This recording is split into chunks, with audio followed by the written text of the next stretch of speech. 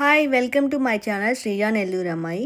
Marriage అయ్యాక అమ్మాయిలు పుట్టింటికి వస్తే అమ్మ చేత తనకి ఇష్టమైన వంటలు అలాగే హస్బెండ్కి ఇష్టమైనవన్నీ కూడా చేపించుకుంటాము.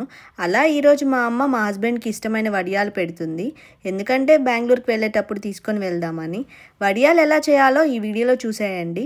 ఒక గ్లాస్ బియ్యంకి 8 గ్లాసులు వాటర్ తీసుకొని పొయ్యి మీద పెట్టుకోవాలి. మనం తీసి పెట్టుకున్న ఒక గ్లాస్ బియ్యాన్ని అండ్ సగ్గు బియ్యాన్ని 2 అవర్స్ నానబెట్టుకోవాలి.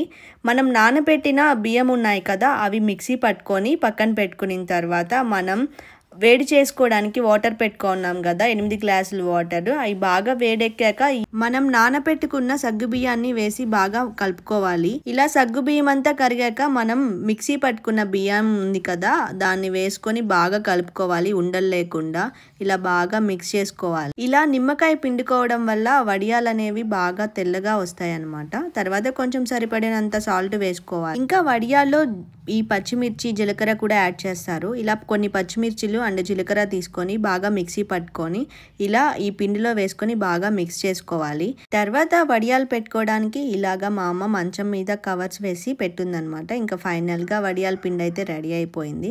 ఇలా సపరేట్గా చిన్న బౌల్లో వేసుకొని, చిన్నప్పుడు ఇలా వడియాలు పెట్టినప్పుడల్లా ఎండకి ఎండబెట్టినప్పుడు కాపలా పెట్టేవాళ్ళు మా అమ్మ వాళ్ళు నన్ను. ఇంకా వడియాలు ఇలాగా చిన్నగా పెట్టేసుకోవాలి. ఇప్పుడు ఇలాగా కర్రలు పెట్టేసి కాకులు రానీయకుండా ఇట్లా పెట్టిందనమాట ఎండలో మా అమ్మ.